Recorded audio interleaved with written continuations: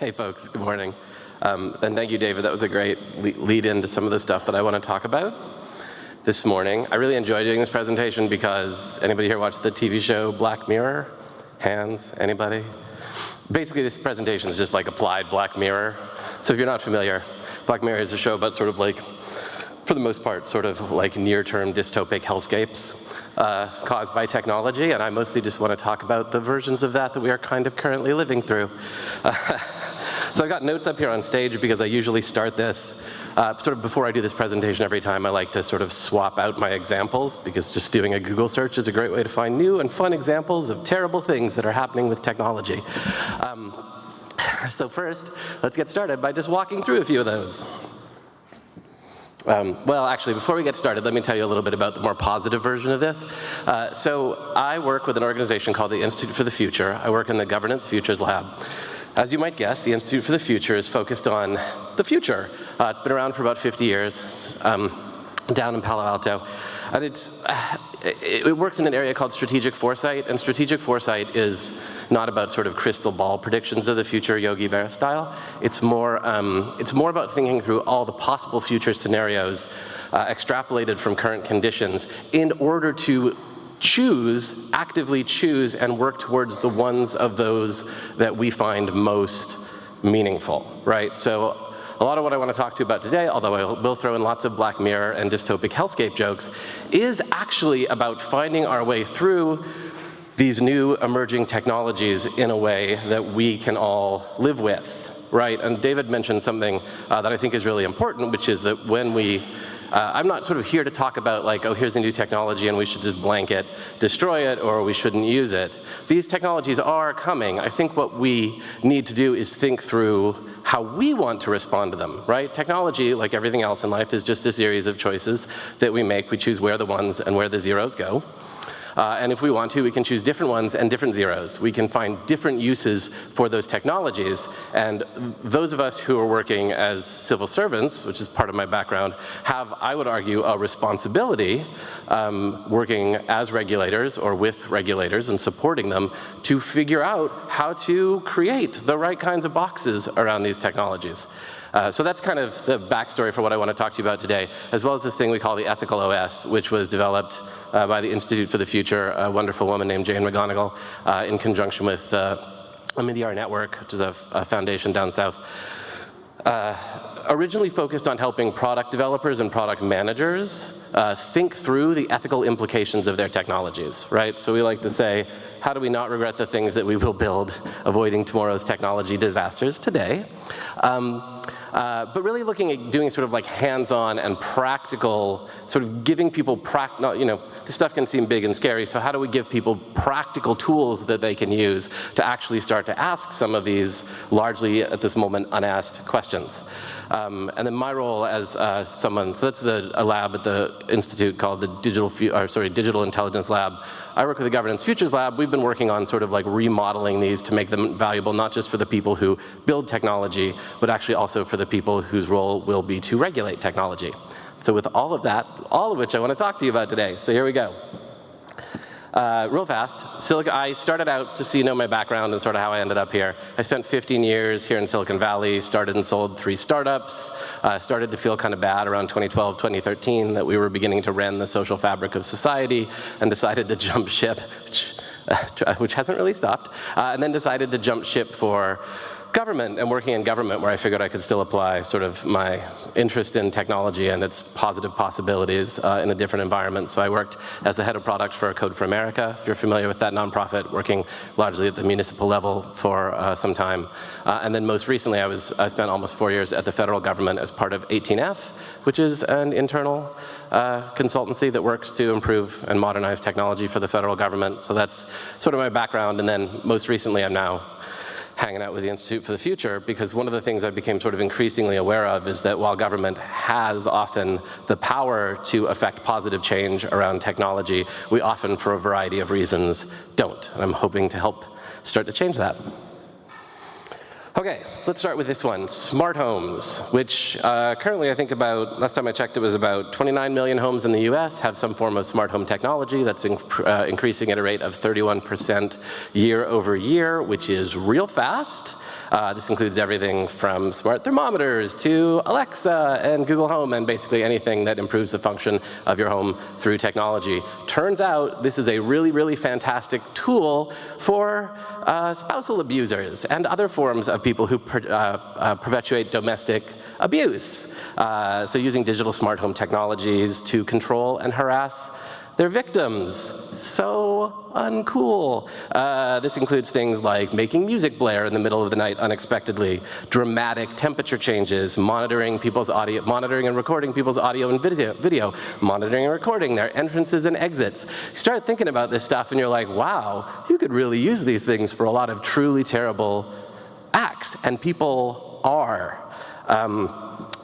There's actually been a recent push to start expanding the language around restraining orders to include not just in-person contact, which it has historically meant, but also access to and use of other people's technologies.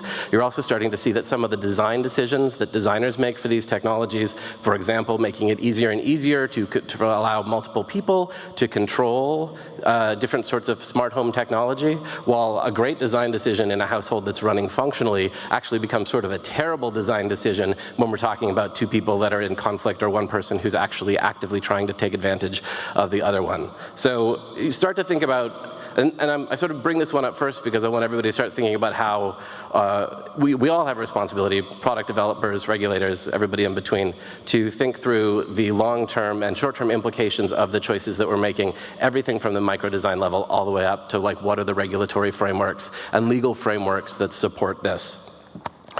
Interestingly, or not so interestingly, one of the worst things about this story that I just told is that if your response to this is to do what most people would do, which is just immediately turn all this stuff off because you don't really understand all this technology that your husband installed, but it seems to be doing terrible things to you, that can actually make it worse, right? Because we're talking about stuff that monitors and manages the function of your life. If you turn off the thermometer, you can't control the temperature. If you turn off the front door lock, you can't unlock your front door, right? So these have real implications for people at the domestic level. Good times. Okay, just sorry. I have a sort of a cheerful nihilism about all of this, but I swear I want everything to get better, and that's why I'm here. So bear with me. Because I mean, honestly, sometimes all you can do is laugh at this and then, get up the next day and try and do something about it.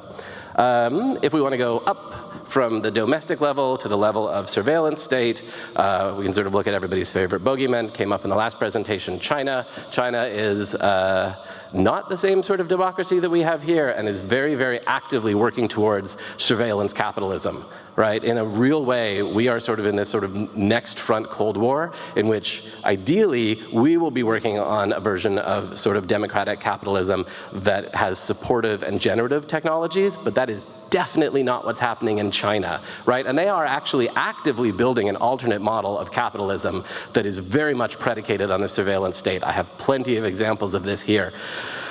Specifically, so my sort of favorite, surveillance technology in China, just broadly speaking, monitoring people is being used to create a social credit score system, which is already actively in use, but is intended to be fully online for the entire Chinese population by 2020, which is, of course, next year. What does this mean? Well, they have approximately 200 million CCTV cameras that are equipped with facial recognition technology, body scanning technology, and geo-tracking technology. The goal? Keep people from stepping out of line. What happens? Well, top performers in the system, people with good citizen credit scores, get VIP treatment at hotels, they get cheaper loans, and they get fast track to better universities and better job opportunities. Woo, cool for them. The people who do step out of line, so far approximately 10 million people in China have been punished for this in some way, shape, or form, for breaking the rules, get blacklisted. What does blacklisted mean? Well, can't book train tickets, can't book other forms of travel, lose your jobs, get kicked off of all sorts of social media. Basically all of these sort of interesting ways in which technology can be used not only to give, but also to take away.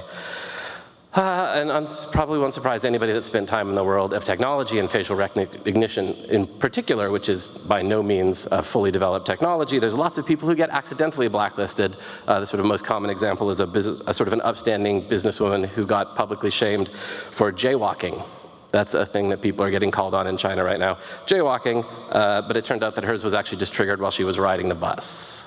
And then, of course, there's also the uses of blacklisting that are intentional on the government side, like towards journalists who step out of line and investigate, I don't know, corrupt politicians.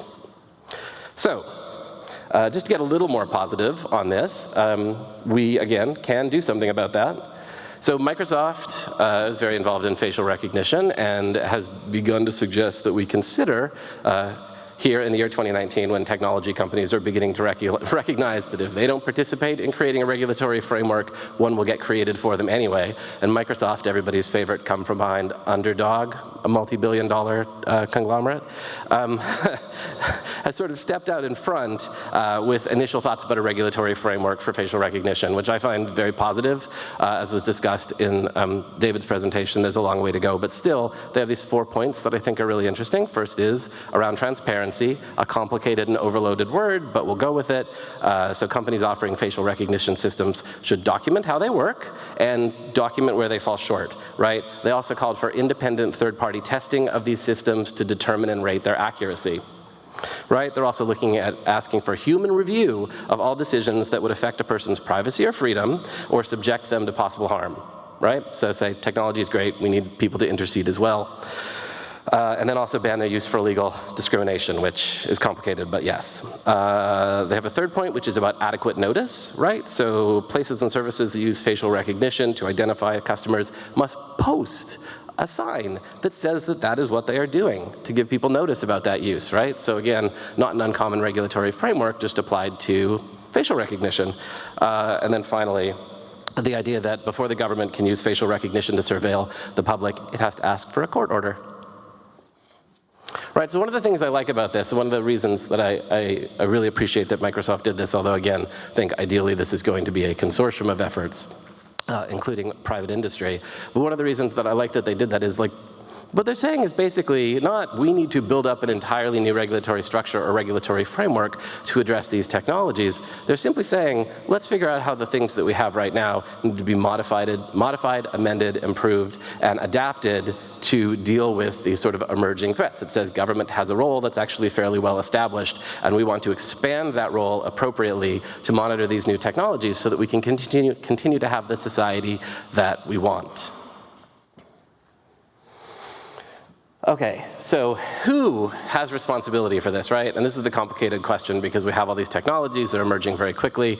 So who is responsible for mitigating the societal scale problems that will arise from all this new technology, right? And then here's just a quick list of some of the folks you might want to consider. CEOs, federal government, state and local government, product managers, researchers, academics, students, investors, journalists, civil society, the public at large. I would argue that everyone here has a role to play in this, and that we have played those roles, each of us, each of these groups and individuals in the past have played those roles in managing and regulating the existence of previous societal structures and threats, and that we should just continue that into the future, that while these technologies are new and looming and frightening and scary and make for great Netflix series, they are not anything we can't handle. The question is whether or not we choose to handle them with the tools, the technologies, the structures, and the frameworks that we have already built up. And I'll get sort of mad at sort of Silicon Valley and every company within the sort of 60-mile surrounding radius of where we are right now, because for a long time we have, and then they have, once I jumped out of it, pushed the idea that this regulatory structure was not necessary because there was an inevitability to this change that could not be regulated. That's functionally what Silicon Valley did. Conveniently and fortunately, those days are over. Nobody's making that argument anymore. So my question is sort of, how fast can we catch up? And that is sort of the framework against which we developed this concept of the ethical OS. And I'll be discussing this in a lot of detail in a moment, but I will tell you that in your, this is on me for not getting the PDF to these folks fast enough to print it out for you, but in your inbox, the Route 50 folks have sent you a PDF of sort of the full toolkit and its framework, which you're welcome to look at now instead of paying attention to me, or look at later when you're sort of curious, which is sort of a step-by-step guide, and I'll walk through some highlights from it, but sort of a step-by-step guide for thinking about the kinds of questions that you need to ask for different kinds of potential ethical threats to civil society that have arisen today. And we have, I'll go into some detail about these, but we've identified 8 risk zones that we think are largely the 8 areas in which these kinds of threats and considerations need to happen in the next 10 years. Also, I was asked to make this interactive, and so Hopefully you've had enough coffee because we're going to make you do some work in just a minute. But it'll be fun. It's basically like a Write Your Own Black Mirror episode, I promise. Okay, so we have three things in the ethical OS that we want to talk through. The first is future scenarios. The second is a risk mitigation manual. And then the third is what we call future-proofing strategies. Just a super fun phrase, future-proofing. And then I think one thing I want to say is public servants and the people that support public servants. So I think, yes, I think everybody has a role to play in this, but I think that the role that public servants have is a particularly critical one in anticipating and mitigating these long-term social impacts, right? And like no pressure or anything, but like here are the things that we really need to be concerned about over the next decade as we think about these technologies. Truth and the very notion of it, privacy and the ability to have it, equality and whether or not it's going to get better or worse, public safety, democracy, economic security, mental health, and overall humanity's well-being being no pressure. Okay, so first off, I want to talk about future scenarios. This is one of the sort of standard tools in the Institute for the Futures toolkit, and it's just scenario planning. It's real fun, actually, and we're going to engage in it in just a moment. But basically, the idea is, let's think of some crazy things that might happen in the future based on the technologies, tools, services, and crazy Wired articles that we're reading today. And then let's extrapolate forward from that into a scenario about what might happen, and then let's think through the implications of that. So again, none of this stuff is rocket surgery. It's really just sort of asking questions and telling stories. And I think what we're trying to do with things like scenario planning is just open up space for people to do that. That's very much what the ethical OS is about. It's about opening up space for the people that do this work to think through some of these questions by providing kind of a roadmap and a starting point. One thing I like to say about these is like, just whenever we're thinking about future scenarios is like, just don't worry about whether or not you think it's going to happen or it's not going to happen or whether it seems crazy or it's not going to seem crazy. Like, first of all, you're probably wrong. And second, like, it's sort of not the point. The point is kind of to pick things that seem crazy and far in the future and way out there, because whatever we choose, it's going to help us understand what our opportunities are today, whether it's for that specific scenario or for a wider set of scenarios that are available to us. This is a great quote from Jane McGonigal, who is the person who sort of headed up this project and who's totally brilliant, has some great books. If you're interested in this, you should check out some of the stuff that she's done. And what she says, likes to say that when something of massive consequence happens that no one predicted, we often say it was simply unimaginable. But the truth is, nothing is impossible to imagine. When we say something was unimaginable, it just means we failed to point our imagination in the right direction. So I hope that through the process of doing this work, it will make it easier for you to point your imagination in more directions when you're dealing with the things that happen to us today. Okay, so let's start with this scenario. Here's a fun one. Neurotechnology implants in our brains. Are you ready for a world in which neurotech implants become ubiquitous, right? Machines in our heads.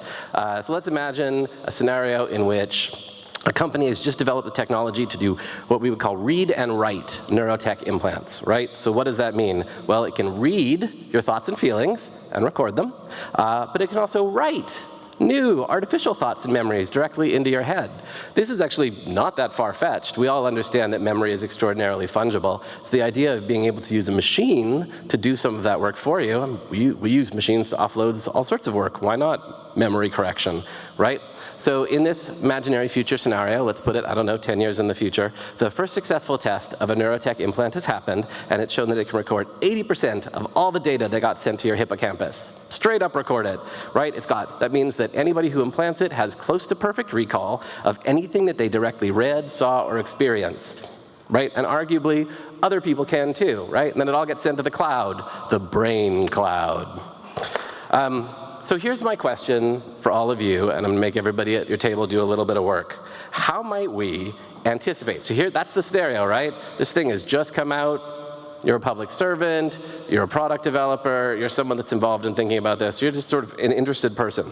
How might we anticipate potential individual risks that could come from this, right? So we need to consider risk at the level of the individual who has had this implant or the individuals who surround that person that has had the implant, and also the larger, possibly longer term, possibly shorter term, widespread negative social impact of this technology, right? So think about this at the micro level and at the macro level, because stuff's gonna go crazy on both of those. And before we get started, I should just tell you that Whew, all these things are based in reality. In 2018, back in March 2018, Wake Forest Medical and USC demonstrated the first successful implantation of a prosthetic system that uses a person's memory patterns to facilitate the brain's ability to encode and recall memory. So crazy as this sounds, it's coming. It was intended, and here I really want to get to, like, the first thing we can do with this, and here's something I want to suggest for this exercise we're about to do. The first thing we all do with this is go straight to, woo, crazy, terrible stuff. And there is crazy, terrible stuff, but there are also positive benefits to all of these technologies, up to and including read and write neurotech implants. The folks who were doing this work at the medical level, what they were demonstrating is they were actually trying to demonstrate that this can be extraordinarily valuable for Alzheimer's patients, right? So for episodic memory loss, a machine that could actually record that and put that back in your brain would be incredibly valuable, right? So I want to suggest that, again, you know, that sort of classic saying, technology is neither bad nor good, nor is it neutral, right? Like, all of us, get to make choices about how these technologies get made. We get to make choices about what's good and what's bad, what we want in and what we want out. So again, as we start to think through some of the, it's always easier and more fun to go to the dystopic stuff, but I also want to encourage you to think about the positive benefits that all of this can have. Okay, so with the people at your table, consider, we'll just do a couple minutes on this. Okay, so just thinking about neurotech implants, what is your greatest worry in this scenario, right? How might different users and members of your community be affected differently by this in the future? I really think this is an important place to think about racial, cultural inequality, socioeconomic inequality, right? Because new technologies and their impacts tend to hit different populations very differently, right? So that's always a good place to start thinking about how this might affect different communities in different ways. What actions could you take to safeguard privacy, truth, democracy, mental health, civic discourse, equality of opportunity, economic stability, or public safety? I'm giving you a lot of space to play with here. Basically, everything that might get affected. And what I'd love is if each table could spend just a couple minutes discussing this and see if you can come up with one just like really interesting, fun, new, and or disturbing way in which this technology might impact the world, and then if you find you have time for it, what we might be able to do to mitigate that. All right, that's it. Time to meet your neighbors, everybody. Gonna do a couple minutes. 3 minutes. About, if you feel like you had an interesting, or even if you didn't think it was interesting, but just frightening, a frightening way in which you feel like this might impact individuals or society. Anyone? I appreciate all the enthusiasm. Oh, here's one. Thank you, table. No table numbers. Table number in front. Table 1, since we volunteered. Table 1. All right, tell us a little bit about what your table discussed. We talked about, we all had interesting perspectives, I think. The first was questioning whether the technology records just your conscious perceptions or your unconscious ones as well. And then if it does record your unconscious perceptions, then how does that change who you are as a person? So that was one. Fascinating. Then we thought about some positive applications for not only Alzheimer's, but potentially people with traumatic brain injuries and veterans coming back and helping them. And then we thought about the flip side of that, which would be perhaps this would unlock some traumas that brains have repressed as a good defense mechanism. And we also discussed some possible economic inequality that might give people with money access to this, which would increase their performance, the way we're sort of all obsessed with our collecting data on our sleeping habits and our exercise and food, and so further increasing economic inequality. And then we talked about potential technical issues and medical side effects, and what if when you're subscribing to this software as a service, you're driving down the highway and you're getting patched and you don't even know it, and there's a blip in your patch and you drive off the side of the road, and just then the umbrella category of medical side effects. That's great. That was very comprehensive. Thank you. I'm like, woo, they went for it. I know, as you were talking, I was like, oh, one of the ones, I mean, from a traumatic standpoint, right? Like, what if the thing gets stuck in repeat mode, right? And you're just like experiencing that trauma over and over. So yeah, That was terrific, thank you. All right, I hope everybody enjoyed their conversations. We got one more of those coming up, so I'm gonna keep moving along. But thank you, that's just again, as an example, like, honestly, like if you can take sort of I think that the opportunity to explore this, if you give yourself space and time to do it, can be really interesting. Besides having potentially sort of like profound and valuable effects, it can be, and I know this sounds kind of awful, it can be kind of fun to think about the future, even in its, especially in its more dystopic elements. We just have to remember, as interesting, enjoyable, and/or frightening as that may be, the goal is ultimately to figure out how we can use it to make better decisions today. So that's sort of tool one, just thinking about sort of scenario planning. Tool number two is a risk mitigation manual, and this is where what we call the 8 risk zones comes into play. So we had a team of researchers at IFTF under Jane who went around, who sort of like surveilled all of these and thought about, okay, based on what we are seeing right now and projecting into the future, and this is in your inbox, I believe, what are the sort of the areas that we think over the next decade are going to be the ones to focus on most? And I'll go through examples of a few of these. I won't do all 8 in the time we have together, but I'll read them off to you really fast.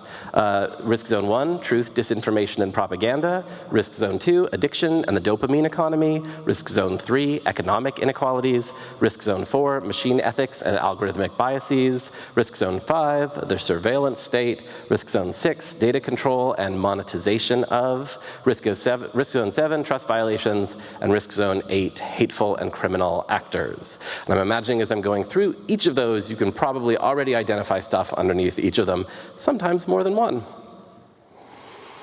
Okay, so let's start with my personal favorite, risk zone 5, the surveillance state.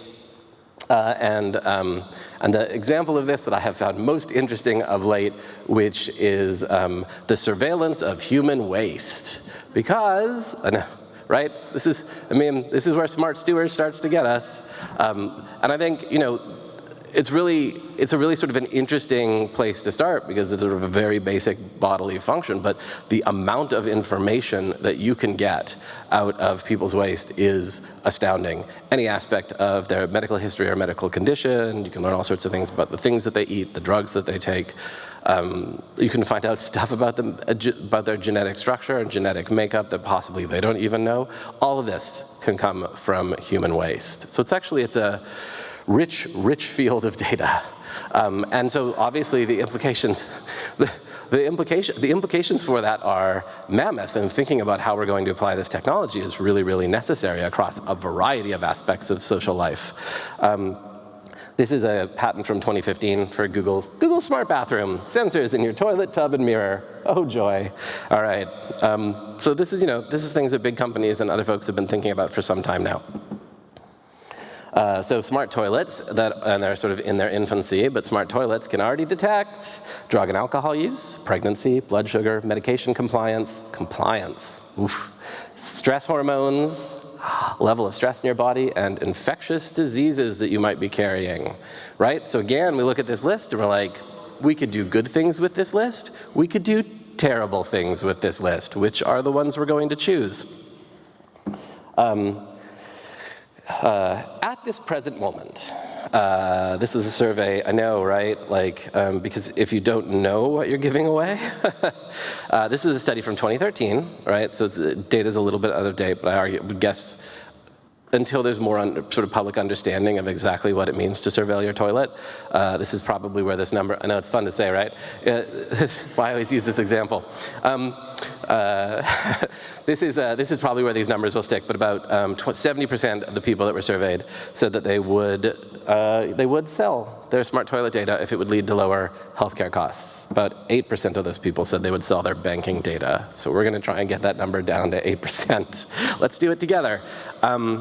What's interesting, right, is again, you look at this, you're like, this data could be incredibly useful to public health officials. This data could be incredibly useful to rapacious marketers, right, in equal measure. So if we start to imagine scenarios, positive, negative, and the sort of in-between question mark scenario.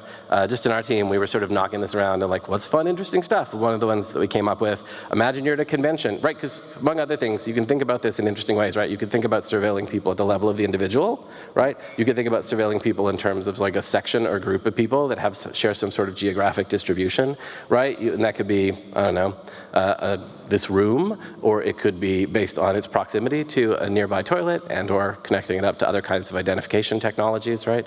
It could be at the level of a city block, it could be at the level of an entire city, it could be at the level of the entire country, right? So all of these are interesting ways that we consider where we want to sort of set our relationship to this.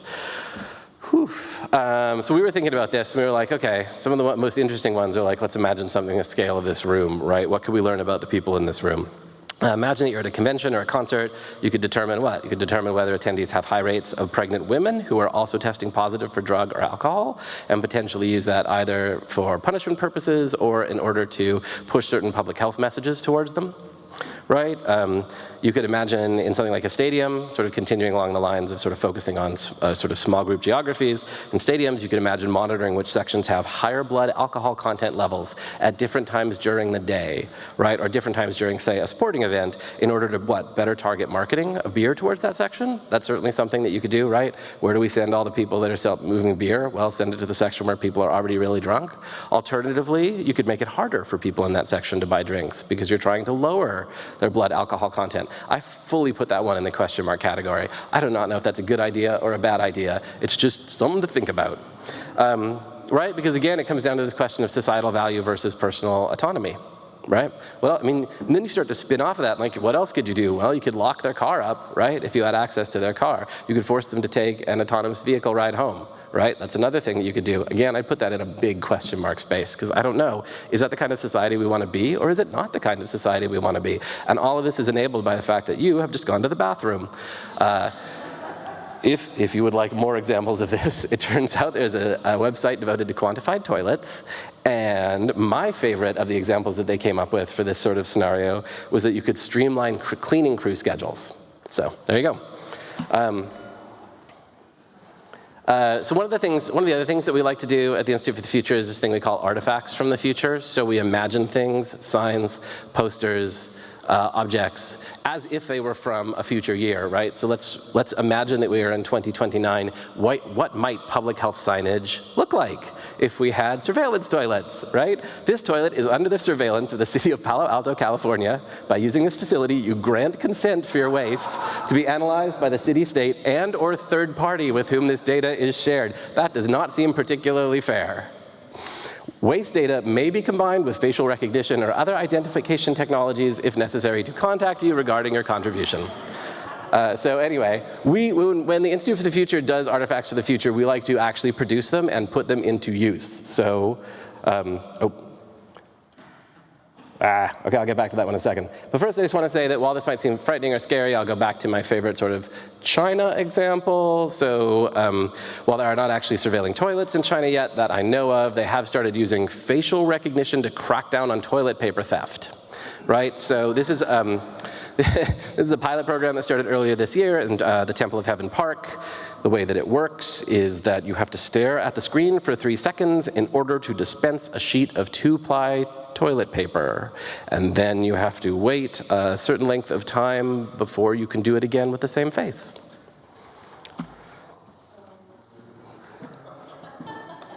It's horror. It's like a weird kind of like really banal horrifying. You're like, whoa, okay. Also, let's just point out that slide that says, this is an actual photo. It says smile. It's my favorite part. Okay, so welcome to 2029. You need to use the bathroom. It's a surveillance toilet. What do you do?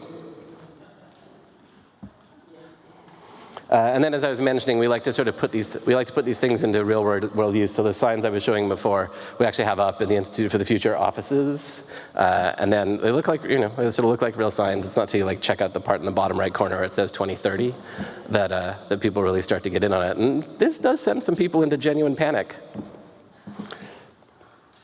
All right, so one of the ways that we, and again, as I mentioned, the ethical OS is about sort of identifying these areas, and then really all it is just a tool for starting to think through this. So in each of the different risk zones, what we've done is put together a series of questions that you might want to ask if you have identified something as a new technology, product, or service as something that might operate in that risk zone, right? So just as an example of some of the questions from risk zone 5, how might a malicious government or military body utilize this technology to increase its capacity to surveil or otherwise infringe upon the rights of its citizens, right? And again, this is a question that this set of information was originally designed specifically for product developers and product managers, right? So one of my goals, and I'll be hitting up some of you potentially to help me with this, in the coming months is to really start to develop a version of it sort of for governments, regulators, and people who support regulation. Because again, it's just about sort of opening up space. So some of these questions are more applicable, some are less applicable, but I think it's really valuable. Just to jump to another one, could the data being created follow users throughout their lifetimes, affect their reputations, impact their future opportunities? Will the data generated have long-term consequences for the freedom and reputation of individuals, right? So use these questions to think through the future implications in a way that's interesting, generative, and again, even kind of fun, even if the outcome of what you're thinking about is not necessarily quite as enjoyable.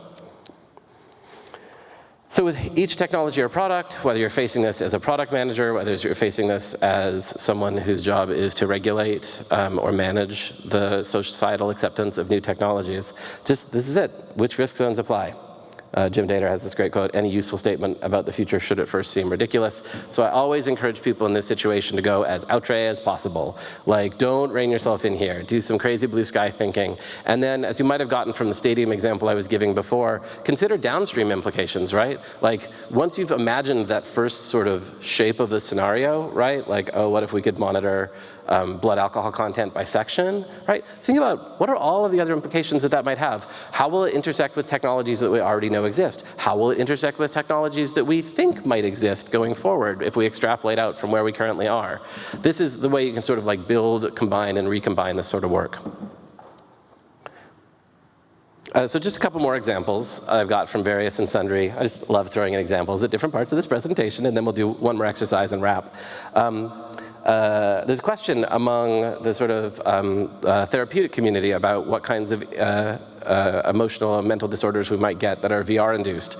Two that have come up so far that they're sort of trying to begin to understand are depersonalization. Can certain VR environments lead to a lessened sense of self or individual autonomy, and also derealization, which is kind of a form of dissociative disorder, where you have a lessened sense of your actual presence in objective reality because you're spending less time in it. And these are genuine concerns. That comes from risk zone 2, addiction and the dopamine economy. What's a downstream implication?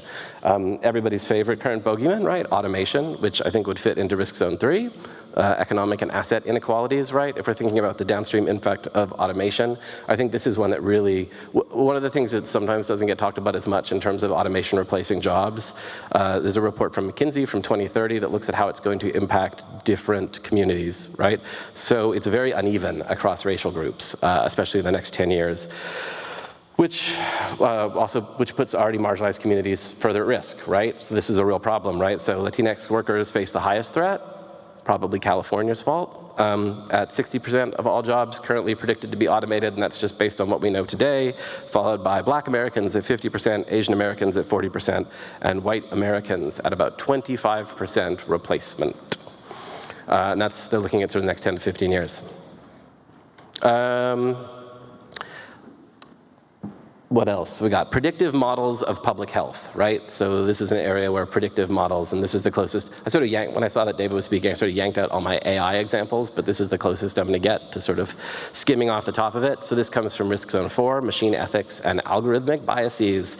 This is a real world example from Allegheny. The Allegheny County Office of Children, Youth, and Families put together a tracking score they called AFST, the Allegheny Family Screening Tool. It was a risk score that went from 1, which was low risk, for any sort of family that was coming in for help. 1, which was low risk, to 20, which was high risk. It weighed 131 predictive variables. I'm going to tell you what those variables are, and you're going to guess how well this went. Receiving county health or medical, just a few of them. They were receiving county health or mental health treatment. They had been reported for drug or alcohol abuse. They were accessing SNAP benefits.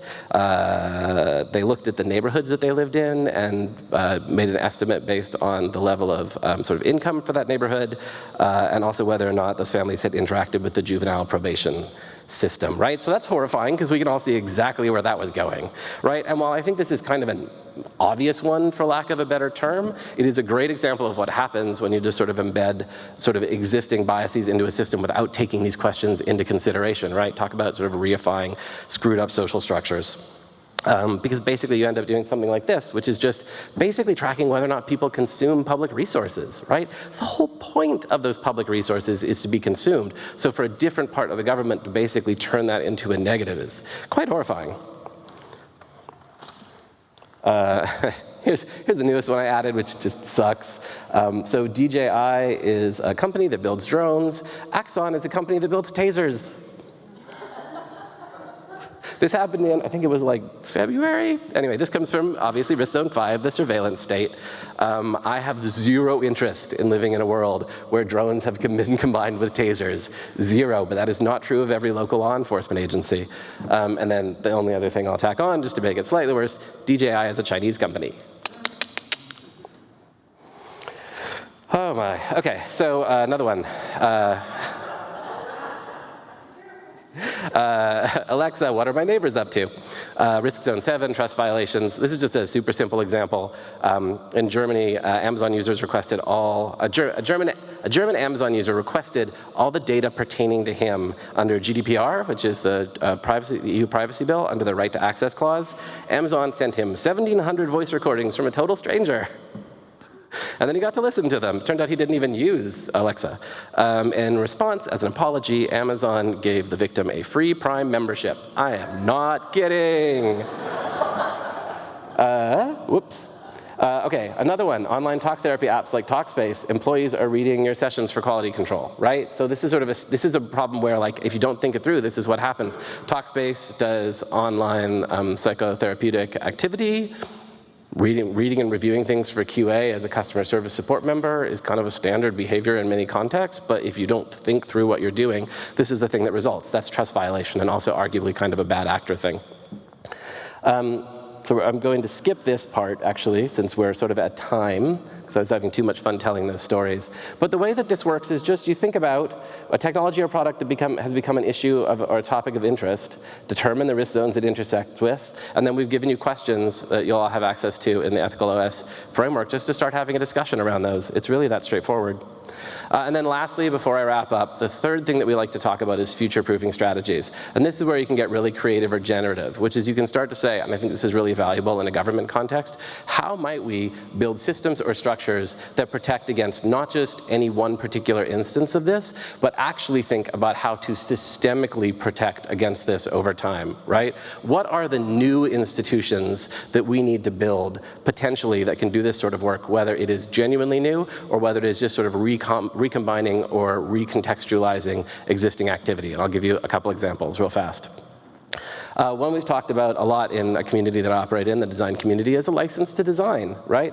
If all technology designers and developers were licensed by a governing body that regulated their actions. This is quite common in other industries, and maybe is something, now that design is having sort of an amazing level of impact on people's everyday activities and is affecting more and more of what they do, maybe it's time for us to to build a governing body that regulates that.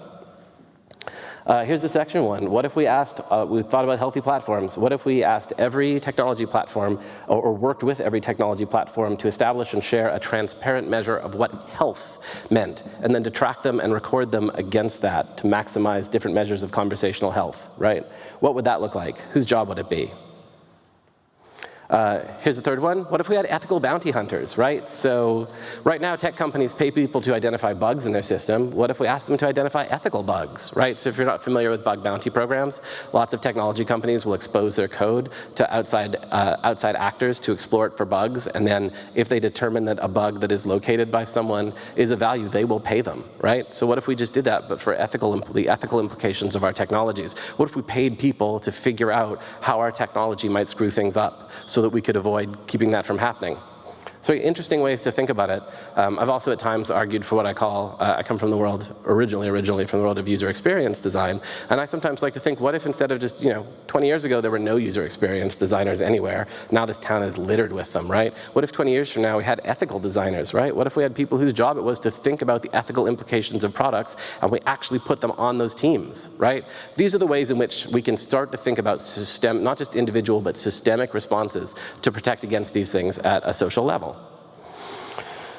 Again, lots of examples of different kinds of future-proofing strategies, and this is sort of the most nebulous of the three, but I think it's an interesting area for all us to begin to sort of putting on our thinking caps. How might we change the structures that we use to manage society to protect against this? And then, broadly, I think, again, government has a role in this. So what role could state and local government play in fostering community-wide, scalable practices to anticipate and mitigate long-term risk? I think it's our job. I think we've got to get to it. Last thing. This is from Kevin Kelly, and he's an interesting gentleman and a technological theorist. Technology generates as many new problems as new solutions. What doesn't? Most of the problems we have in the future are going to be caused by the technologies that look like solutions today. That's all I got for you. Thank you so much for your time. If you want to contact me about this, there's my email address down in the bottom corner. As I mentioned, you got all this stuff in your inbox, but also you can go to ethicalOS.org. And also, as I said, I'm starting to think about, just beginning the practice with these folks, is starting to think about how we might modify this to make it more valuable to people who work in the government space. So if you're interested in participating in that, I'll be around for a little while. Let me know. Thanks, folks.